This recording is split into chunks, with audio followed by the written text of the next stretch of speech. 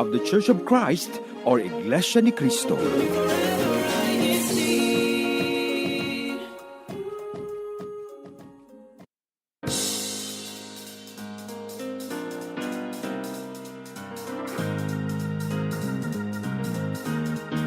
Welcome to INCRadio South Central State Satellite Studio. I'm your host for today, Brother Nathan Russell, tuning in from Fort Worth, Texas. We have a really nice warm weather outside, actually, surprising. For February, it is it's close to 70 degrees outside and sunny. I believe it's pretty much like this all across our district. So if you haven't checked outside yet, the weather is great. I guess we're getting an early preview of spring, but don't let that fool you. We know that winter could still come around the corner. But today I am joined by my guest from New York. I'll go ahead and have you introduce yourself. Hello, I'm Brother Tony Marciano. I'm from the locale of Belmore in New York District. So where is Belmore, by the way? It's on Long Island. I know there's a locale called Long Island City, but that's technically in Queens, which I'm not going to really get into that. But geographically, Queens and Brooklyn are on Long Island, but don't tell someone from Queens or Brooklyn that they're from Long Island. So what's the weather like right now up there in New York? Right now, it's 43 degrees according to my weather app and mostly sunny. However, I'm looking outside. It looks a little shadowy to me, so might be a liar. Anyways, really nice weather to talk about actually our topic for today. But before we do have some activities going on in our district. There's going to be an eating disorder seminar led by our CMDPS. So check that out later on today. There will also be a sign language seminar also today. So if you are available this afternoon, check those out. Reach out to your local CFO officers in order to attend those. But we're going to jump right into our topic for today, which is how I got into disc golf. Okay. And since the weather is becoming really, really agreeable, especially here, probably almost all across the country as we come out of winter. It's a great sport, I guess. Sport or game? What would you consider it? A sport or game or what? Both. Both. I would say because they call what is it? Do they call golf the beautiful game? But it is also a sport. It depends on how you play it. You could play it as a game individually, or you could play in the competitive aspect of it, which would make it a sport, I feel like. And there are actually professionals in disc golf, but for the most part, it's something you can just get into casually. Like, well, I guess we'll go ahead and jump right into it. So, what is disc golf? How would you describe disc golf? Well, don't ever tell a disc golfer that it's like playing frisbee. Well, not many frisbees could probably knock someone down for a long period of time. I would call it, if you do compare it to a frisbee, I would consider it, it's a very dense, like thicker, well, not thicker, maybe a skinnier but more dense and heavier frisbee that you would throw it, but you essentially use the rules of golf to play. And I never like to describe it without saying it's basically a combination of frisbee, golf, and hiking, because essentially you're walking through very varied terrains at all times, and some of them really, really are a hike. But I'll get into some of that a little bit later. Yeah, absolutely. Like I have a disc right here, just as an example. We're not sponsored, nor are we sponsoring any particular disc company, but they're plastic discs. Like you said, they're a little bit more dense than a frisbee. I actually tried to catch one of these. That was a bad idea. That it really hurt. So yeah, these are designed more to get a lot of speed and momentum. So uh, make sure whenever you throw them, there's nobody in the path, because yeah, like you said, it could probably knock you out. I mean, they're not that heavy, but you know, they're substantially dense that you wouldn't want to try to catch this with your hand. But yeah, I mean, for most like disc golf parks, I know you could check like on the apps, or you can even use your favorite search engine. You can find one that's near you, and typically the course layout, you start off with like a tee off pad. It's kind of like golf too, where you have like 18 quote unquote holes, but they're more of these baskets. How would you describe the baskets? It's basically, usually, I mean, sometimes some parks get very creative, but usually it's a pole that sticks out of the ground with a couple of metal grates or metal baskets. One that might be a little bit smaller on the top and a bigger one, and they'll have chains. And what you want to do is you hit the chains, which stops the disc, and it hopefully drops into the metal basket underneath it. That's what would make it the end of that hole. But sometimes the weather doesn't like you, and it'll hit the chains, but the wind will catch it and just blow it back 10 feet behind you, and you got another throw ahead of you or Yeah, two. that's some of the difficulties of playing, because I've actually like casually tried to just toss it in sideways, because typically you're supposed to throw it like a frisbee. Mhm. Well, similar kind of motion, similar flight path. Again, Right. I might upset the disc golf community, keep comparing it to a frisbee, but I've thrown it more up and down, and it passed right through the chains. So those Right. chains are designed to kind of like stop the momentum of the disc and drop it straight into the basket. And typically you have like 9 to 18 of these baskets per course. Um, talking about quality of courses, sometimes the courses will have a map. Sometimes the courses will have tee off pads and directions, and sometimes you get lost in the woods. Yeah. And you were talking about the hiking aspect. You and me actually did a course here, Veterans Park. Do you remember that one that we did? I do. It was quite like hiking, really. You would throw from the pad, and then you're like, "Oh, I guess I have to climb down this small little mountain here," and then It's go like, into like the little valleys and stuff, and throw through the bushes, and yeah. yeah, so they typically build these parks out, just unused space in these large parks. They use them for disc golf, and like you said, like it's like basically playing in a canyon filled with like trees and stuff. So there is that aspect. Well, maybe we should start from the beginning. So, Okay. how do you start off a disc golf? I guess, what would you say? A hole or basket? How would you start a basket? Well, you would go to the tee box. Usually there's a tee box. Sometimes it's something that's like really well manicured, like the grass is like nice and mowed around you, and there's an actual proper kind of like r- like um like a track like a track kind of like grip on it and stuff like that.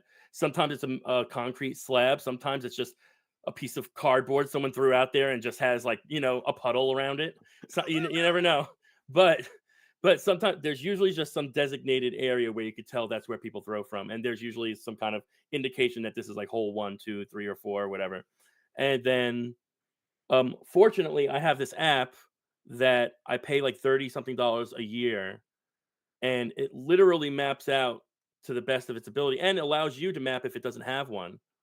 Um, any course around the world, even you can take it to Europe or Asia and find courses almost everywhere. Really, it really took over the world. I mean, not took over the far and wide, and I guess a very niche group of people. So in that first throw, that's typically your drive. Your What kind of driver, yeah, what kind of disc would you choose? How do you do the disc choice process when you it's start? usually It's usually gonna be a thinner disc so that it could cut through the air easier, but it's gonna have a little bit of a grip underneath it so that way it can have a little bit of loft. So you want something that can stay in the air a little bit longer with the spin, due to the spin that the air will get underneath and keep it spinning.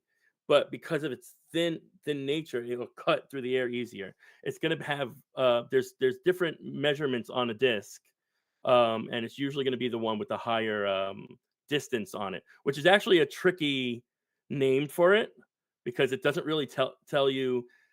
I used to think, oh, I think the highest number distance is going to be a 15 disc, but it doesn't. I used to think, oh, I'll just throw a 15 disc. That's not how it works. It does not mean it's going to go farther. it means it needs you to throw it that much harder for it to meet its flight characteristics accurately, and that's what it means by distance. Like you're going to have to throw it that much harder for the disc for it to meet its like right path and then its left path, and then how much loft it has and whatever. And I didn't know that. So if you don't have an arm strength, it's just going to basically go very And what you're referring to, there's like four numbers that come with every disc. typically four numbers, and they indicate like the flight path. Typically, when you throw a disc, they all kind of follow the same path. They'll go out, and if you throw it correctly, by the way, it'll Hmm. go out. It'll kind of curve to the right first, and then it'll finish off going to the left. I say typically because they do, like you said, change like the aerodynamics of these discs so they can have different flight characteristics, which is needed because sometimes you have to throw around trees. Sometimes you have Right. to throw around ponds. Sometimes you have to, get creative with your shots and like really laser it in between trees. What are some of the more challenging types of throws you have to make? Well, the most normal one that I throw is a forehand, or is that the forehand? Is it backhand? Yeah, backhand. Wait, hold on. I always have to Backhand, think yeah. about it too. Right. I'm like, wait, forehand, backhand. The backhand, because you're throwing it from the back of your arm is going like that. A forehand would be like that. I feel like you have to have your fingers perfectly in order to get a good forehand throw. But my friend Mikey, who ironically tried to get me into disc golf about 15 years before you did, and I unsuccessfully. I was like, no, thank you. That's for hippies and weirdos and. But he was like, he throws like a 600 yard or foot or whatever the measurement is, forehand. He just flicks it and it goes like double the length of everyone else there. I don't get it. I think that's a hard one because if you're not perfect with your throw, it's it's not going to have the flight path you anticipate it to have. And like you were saying, if you throw the disc well, you would want it to have kind of like this S path. Like you let go of it, it's going to go back this way, and then it's going to come back down around. If you don't, it's almost certainly going to have what I haven't heard it called this, but we call it a C path, where it just goes and just hits the ground significantly shorter than you planned on, and then you have to probably throw the same exact disc again immediately. But I do think trying to get around things where you can't see where the objective, where your throw is going to get you, um, it often will end up with me doing some kind of really, really terrible forehand that did not end up going the direction I planned on. It probably didn't even curve around the tree that I was trying to get around, or like hill or whatever. And I'm like, oh great, Yeah, and I've lost discs to trees before. Like you yeah. just throw it and you're like, I don't know where it went. It just disappeared off the face of It's the earth. magical how they just like it is literally laws of physics magical how these there's got to be some kind of like doorway to Narnia where there's a whole bunch of discs. And like that's why I only pick discs that are like these bright contrasting colors. Because I used to buy like green discs and you throw it in the grass and you're never finding it ever Where, again. where did this even go? And so we talked about the drive. That's typically one of the harder throws to make. And when I take beginners out, that's usually the one they just absolutely mess up. Like it just does not go where they want it to go, Right. or it'll go up and it'll come back down. But then the Mm, mid-range throw, that's usually, I guess you would say, is the bread and butter that can really make or break mm. the course, the basket that you're on. Would you agree with that? Oh, absolutely. Yeah. I mean, if you let go of that disc and you see the way it released from your hand and it's just going exactly how I would argue it feels better than a really good drive, even. Like you're just like, oh, that's just it's gonna park right next to it feels so good. It's just like, oh wow, it's going right there. I made it like an 80-foot throw with just like letting go. I was like, oh my gosh. Like it's just It's it just magical. parked perfectly. Yeah, it was magical. You can telegraph it where to go. You can control it in the air. But yeah, so the mid range that usually is how you start approaching the basket with a little bit more precision. So you're not being as reckless as the drive. So I know this that when I play like with newcomers, then like I could throw a decent drive. I'm not 100%. I can't throw it 600 yards, but Right. I Right. kind of know how to do it. I know what it feels like. I know what not to do when doing a drive. But then I notice like with beginners, their mid range and my mid range are almost like the same Yeah. to the point where we're putting almost on the same throw. So I've often said that like disc golf is a really easy game to get mediocre at. Would you agree with Oh, that? absolutely. Yeah. But I will say this. I can have a testimony about, well, first, even to go back, because I just mentioned my friend Mikey trying to get me into this for a while. Let me say how I got into this in the first place, because it can tie in directly into how I got a little bit better, and the difficulty that's associated with that, actually, because getting mediocre fast is, a really good way to describe like to is also a good call for that. But I finished high school in Colorado Springs, and there were a number of courses throughout Colorado Springs, and I would usually see like shoeless hippies with beards down to their like bellies, and just like, yeah, man, you want to play some disc golf? I was like, no. I was like, no, I'm good. Smelling like patchouli. So I was just like ready to be like, yeah, I'm just gonna stick with regular golf because that's a much more serene environment or whatever. But I'll say this: I was on my way back to California a couple of not a couple of years ago. Now it's been probably about 6 years, huh? It feels like a couple of years ago, but it was about 6 years ago. And I stopped in Texas for a week, and you took me disc golfing like, or not a week. I was there for 5 days, but you took me disc golfing like 4 out of those 5 days or something like that, or 3 out of the 5 days. And I finally I was like, all right, fine, I'll go. And I ended up really liking it. And it is something you can get oddly competitive at almost immediately once you get the hang of what you're supposed to do. And and you gifted me 2 discs, and I considered that a tradition. So every time I got someone into it, I would offer them 2 discs for free, just like to start their life in disc golf. But I really enjoyed it, and I just had those 2 discs, and I was like, "Oh, okay, cool." But I didn't really play that much. But I got COVID in December of 2020, and it really knocked me out. And my birthday was January 2nd. Well, still is January 2nd, and that was my first time really hanging out after having COVID. And I had a couple of friends, Ivan and I, and they were like, "Hey, what do you want to do for your birthday?" I was like, "Let's play disc golf." And we went to the store and got a whole bunch of discs, and they brought their wives along, and it was just like, and they we just threw the disc, and they were kind of like, "Oh boy, I don't want to play," but they're very athletic, and they went to throw a disc, and one of them fell down because of how hard it was to get the right throw. And he got so his competitive juices went so hardcore. He went straight home and YouTubed every scientific, measurement of how to throw like a hyzer, like an Anheuser, a hyzer, and how to like throw different ways. And he like within 6 months he had surpassed me already and joined leagues in in California until things started opening up again and we had to return back to work and like regular schedule. I don't think he's played a round of disc golf since, but man, he really got good at it. But I'll tell you what, we both were putting up numbers that were like, we're pretty good. But then we saw professional numbers, we're like, we're not that good. And when you say mediocre, I would say we were on the high end. We were good enough to where if you had never played disc golf and you watch us play, you'd think we were like the Michael Jordan of the sport until you see someone come up and just really whip that disc across, and man, they would like surpass us by 200 yards. And we were like, yeah, see, we're just local idiots that know how to throw a disc a little bit. And trust me, my short game, my putt game is terrible. It's really bad. I don't have the patience. It's kind of like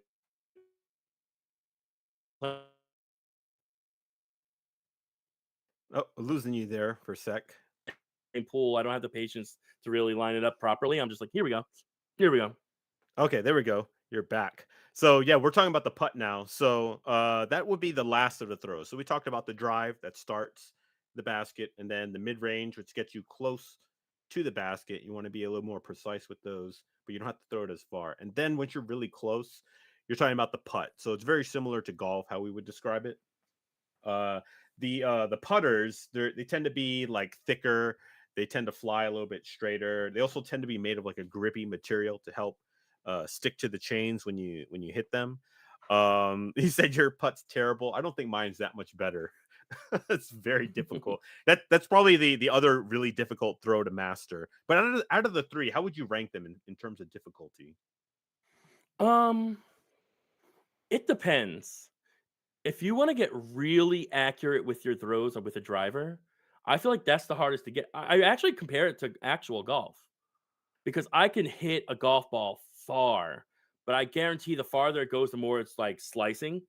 But Right. my recovery shot is usually going to be the one that makes me feel like, hey, I might be a good golfer here, and then I'll nine putt my way to being the worst golfer on the course. So like I think that carries on to how I play disc golf because there's been plenty of times where I'm like, oh, I'm going to birdie this hole in disc golf, and I clearly go away with a +3 on just that hole. Yep. Yep. You hit the basket. Yeah, because it only counts if it goes into the basket. Right. I mean, typically my okay, so let's talk about strategy. I'm curious about yours. So mine Hmm. typically is all right, I want a decent drive, and I want it in a good spot on the fairway. And then my mid-range, I never want to overshoot the basket. So I always try to Nice. just get it as close as possible. And if I'm not close enough to putt, um, because it's so tempting to be like, all right, let me see if I can make this 30 yarder Right. putt and get it through the basket. But I found if you miss it, you end up like it'll start Way far. rolling down the hill and it'll be gone. Hmm. So I'm like, all right, let me just park the thing like right under the basket. So then I just have to walk Right. up and Right. tap the chains. What about you? What kind of strategy do you go for? Well, you just kind of described my strategy. Basically, what I do is I try my best to throw the driver at such a rate that I'll have to not use a mid range, and that I'll use a putter like right away. And for me, a putter it could go out to 30 yards. But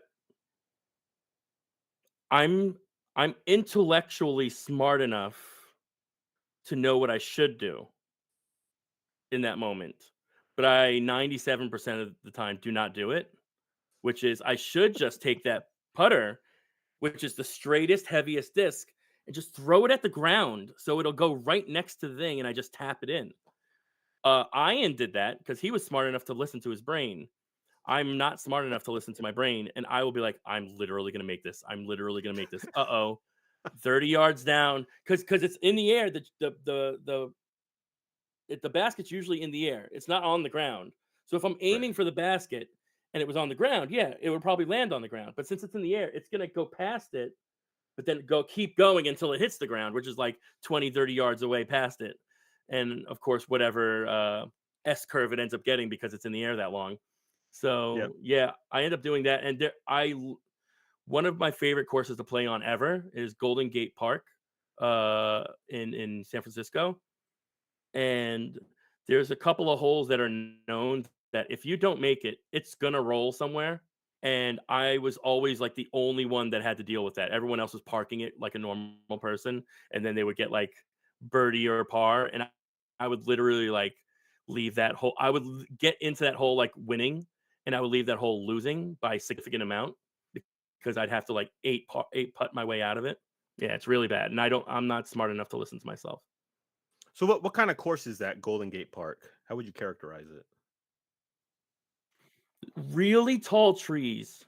Whoops. I would say it's really tall trees, but with enough space in between. So you're constantly shaded.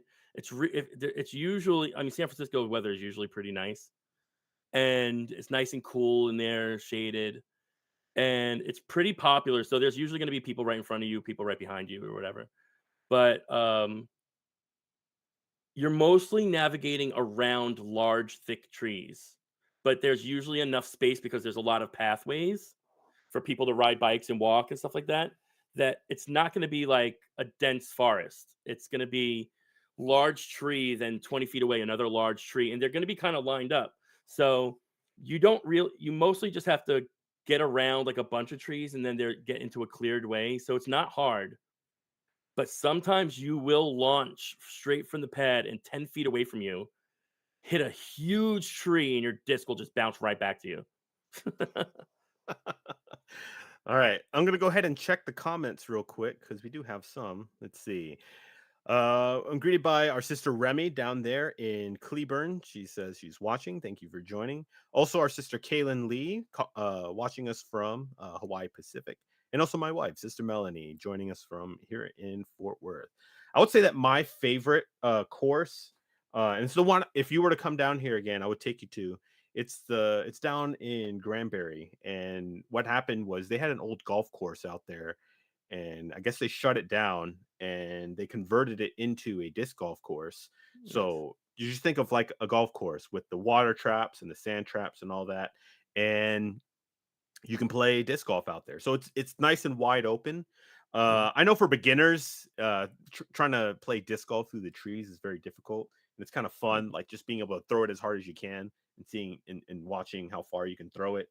I Mhm. have lost a few discs though at that course, throwing into the lake. What about you? What kind of stories do you have about losing discs?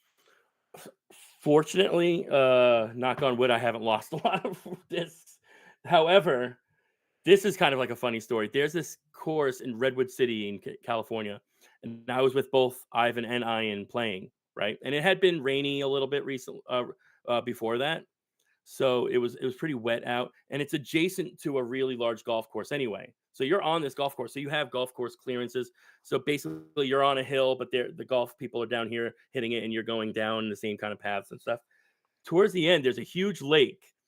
The smart way is to go around the right side of it and then go left to the hole. But everyone tries to clear the lake, or they try to go on the right side, but they forget about that S curve right into the lake. So that lake has swallowed a lot of discs, and there's signs saying "Beware of lake." A lot of discs are in there, and once a year they'll clear out the lake and then get all these discs out. And if you wrote your number on the back of this, they'll call you like 8 months later. But which actually happened after the story. So as custom, I gave Ivan and Ian their first like I bought them significantly nice discs, drivers specifically, and they were using them to very good effects on this course. So they were really liking these discs, and they both tried to clear the lake because they were having really good luck with these discs, and both of them lost the really nice discs I had just got them into that lake. But Ian got a call like 9 months later saying, "Hey, we found your disc in the lake." So he was able to get his back, I guess. But he never used it again because that was when he stopped playing. But Oh, nice. yeah, but I after them I significantly threw mine to the right to avoid doing that because I didn't want to lose my disc on that. But I think I have lost discs in like the magical world where like missing socks go or something because I have thrown discs that did not go very far into clearances of bushes that are not that vast or whatever, and somehow no discs were found, and I don't understand how like in the laws of physics that's possible. Like literally, oh, it landed in that bush 20 feet away. Walk to bush 20 feet away. Look through bush. No discs. No discs past the bush. No discs in the trees. No bald eagles snatching. Like, you know what I mean? It was just really bizarre losses that still to this day you could clearly tell frustrates me to no end. But it happened to my friend Ian way more than it happened to me. He hated hitting bushes and stuff because they were gone constantly. And that brings us to the end of today's show. So it's a great game sport to get into. There are its frustrations. It's real easy to get mediocre at, as you can hear from today. Since the weather's turning nice, we hope everyone takes a chance, looks into it. It's not that expensive to get into either. But do you have any final shout outs you'd like to give? Shout out to Belmore locale. Shout out to San Jose locale, my last locale that I was in not too long ago.